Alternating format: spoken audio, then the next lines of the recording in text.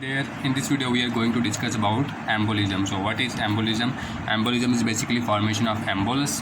And what is embolus? Embolus is basically a detached material inside the blood vessels. And it can be solid, it can be liquid, it can be in gaseous state.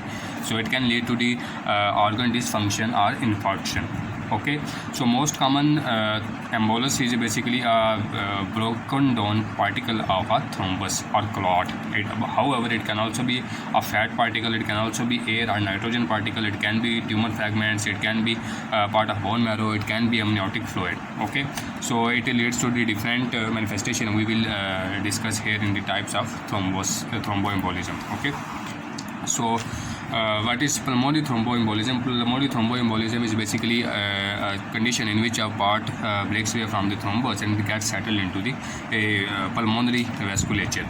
Okay, and most commonly pulmonary thrombus arises from the deep vein thrombosis, and in deep vein it arises most commonly from the proximal part of the blood vessels.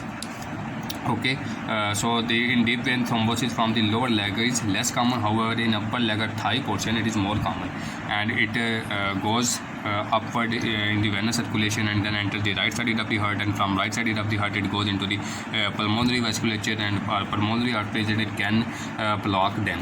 However, the manifestation of this pulmonary thromboembolism varies depending on the extent of the occlusion. Mostly pulmonary embolism or pulmonary thrombus are silent because they are small and don't block the arteries fully. However, if a pulmonary embolus is large and blocks the primary pulmonary artery fully, it can cause sudden death. Okay, sudden death. Moreover, if they are frequent pulmonary embolism and they are going away and they cause pulmonary, you can say, hypertension and increase the workload on the right side of the heart, they can lead to the right-sided heart failure.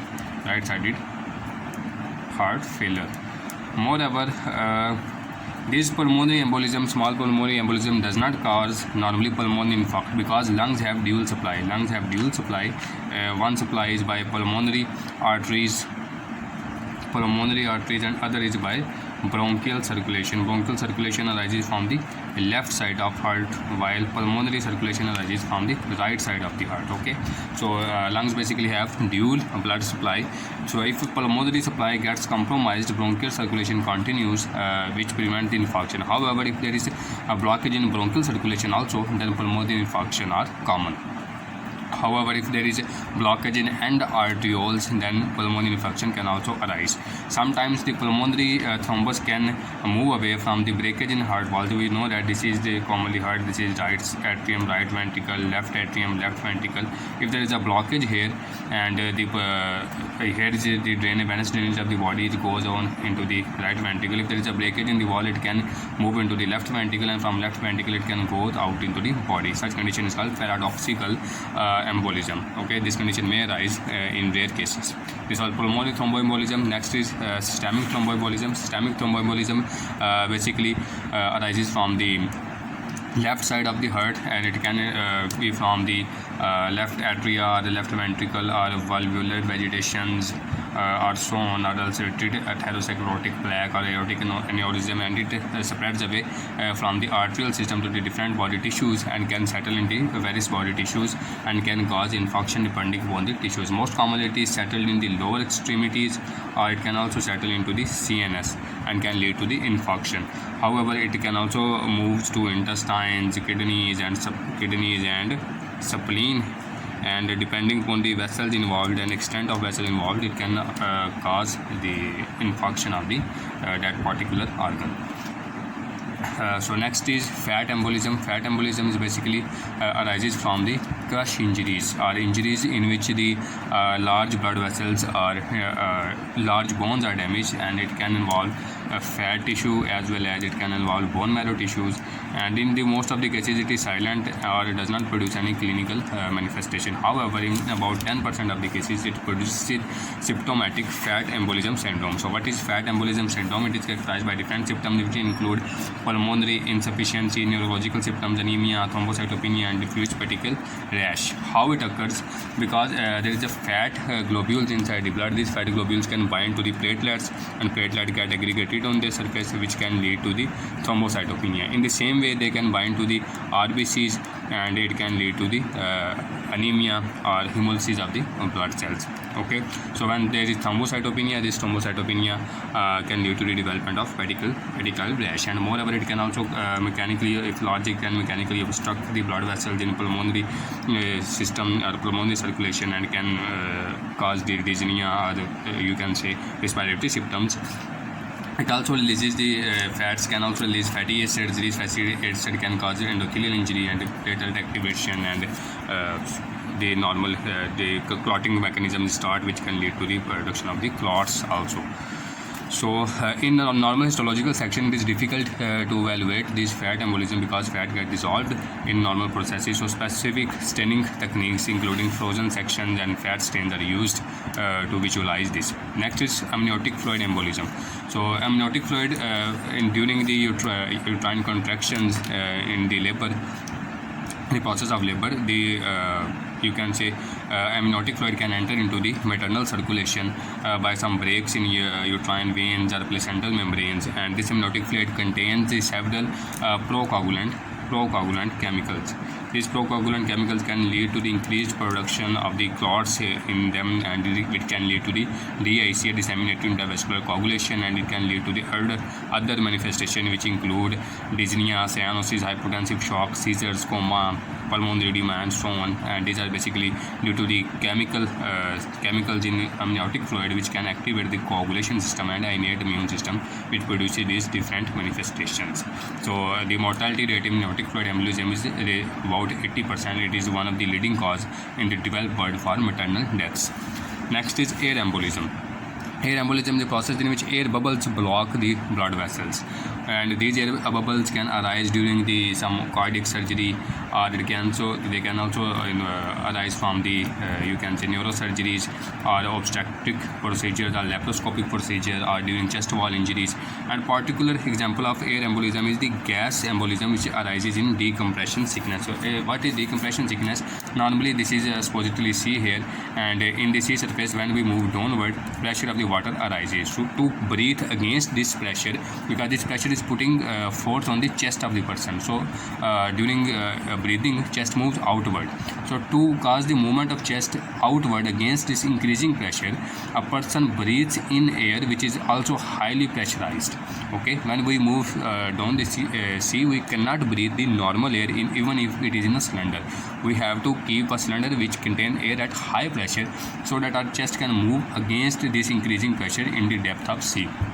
So when a person inhales this air at high pressure, it gets dissolved into its blood here, and as long as he stays under this high pressure, this air remains dissolved. However, when he comes out of this pressurized system, suddenly the air becomes insoluble into his body fluids, or you can say blood, and forms multiple bubbles, air bubbles.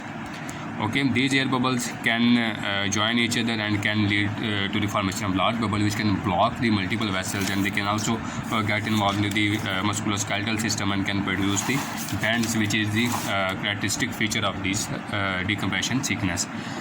This decompression sickness can also progress to a state in which there can be pulmonary edema, there can be hemorrhages, and there can be focal atelectasis or emphysema and respiratory distress, which condition is called chokes. And it can also lead to the specific condition which is called Cajun disease, in which you can say there is the blockage of the small blood vessel which supply the heads of the large bones. It can lead to the necrosis of the head of femur, tibia, and humerus. Okay, so the common treatment for this is when person comes out of the highly pressurized ocean system, you have to keep him under high pressure into specific chambers and lower this pressure gradually over a large time, so that the dissolved air gets out without producing significant bubbles and decompression sickness does not occur. So our next topic is infarction. So infarction is basically an area of ischemic necrosis that can be due to occlusion of the blood vessel supplying that tissue. So this occlusion can be due to multiple causes, and the most common cause is thromboembolism, and other causes can include the you can say compression of the vessel by a tumor. It can be due to aortic aneurysm or edema which presses the blood vessels, or it can be due to vascular twisting which arises in testicular torsion, or ball volvulus, or traumatic vascular injury, or entrapment in hymenal sac. So there is a multiple causes which can block the blood vessel, can lead to ischemic necrosis of the tissue. So this infarct can be classified into two types. One are aortic infarct and other are venous infarct. Venous infarct are called red infarct, while aortic infarct are white infarct or ischemic infarct. Another can be septic infarct. So red infarct commonly arise when there is venous occlusion and blood gets accumulated, or you can say there is a congestion of the blood in the tissue, because blood is inflowing but does not outflowing. So blood is increased in tissue, and this tissue oozes blood. When we cut this tissue, there is the oozing of the blood, and this red infarct is common in venous occlusion of the tissue, and it also arises in those tissues such as lungs which have dual supply. Okay. And it can also be established when there is sudden flow of the blood into a tissue which was previously infarcted. So these are different tissue types which show red infarct, and basically due to venous occlusion, due to which outflow of the blood is compromised. White infarct commonly arises when there is involvement of arteries. When arteries get blocked, there is no inflow of the blood into tissue. When there is no inflow of the blood, tissue becomes pale, and there is a necrosis of the tissue. And the necrosis most commonly which arises in solid organs is coagulative necrosis. However, the margin of this necrotic patch can be irregular, because there can be supply from the nearby blood vessels to the margin of this necrosis. That's why this margin can be irregular. For example, if there is a, you can say, this is the blood vessel which get occluded here, and this was the tissue, then here this is the progress of the infarcted zone, and this margin will be irregular because they might be receiving nutrition from the hair blood vessel which lies here, and from these blood vessels which surround this infarcted region. Okay. So the common necrosis is coagulative necrosis. However, the brain follows the pattern of liquefactive necrosis. Next is septic infarct. Septic infarct arises in the cardiac wall vegetation that embolize and seed, or when the necrotic tissue get infected with some microbes, then septic infarct arise, and they commonly involve the abscesses which are characterized by inflammatory process and healing by organization or fibrosis. Okay. So what are the different factors which influence the infarct development? These different factors include the anatomy of vascular supply. Some tissues have dual supply. For example, lungs have the supply by pulmonary vasculature as well as by bronchial circulation. So if one vascular bed gets blocked, the vascular supply continues by other vascular bed, and infarction does not occur usually. Similarly, liver has dual blood supply, one from hepatic artery and other from portal vein. In the same way, our forearms and hand have dual supply, one by ulnar and other by radial artery. So such tissues are resistant to the infarction by blockage of the one circulation type. However, if both get blocked, then infarct arise here. Rate of occlusion also influence the infarct development. If there is sudden blockage, then infarct occur. However, if there is slow blockage, collateral circulation becomes open to supply the tissues. For example, in the three major coronary arteries, interarterial anastomosis exists. If there is sudden blockage, then there is no time for opening of these anastomosis and infarct occur. However, if the occlusion is slow, then these interarterial anastomosis open up, and collateral circulation is established, and infarct is prevented to greater extent. Moreover, tissue vulnerability to the hypoxia also influence the incidence of the infarct. If blood supply to the neuronal tissue is compromised, then they die away in 3 to 4 minutes. However, if myocardial cells are involved, they can survive up to 20 to 30 minutes. However, fibroblast and myocardium fibroblast within myocardium can remain viable or alive for many years of ischemia. So it was all about today's lecture. In the next lecture, we will study about shock. Thank you.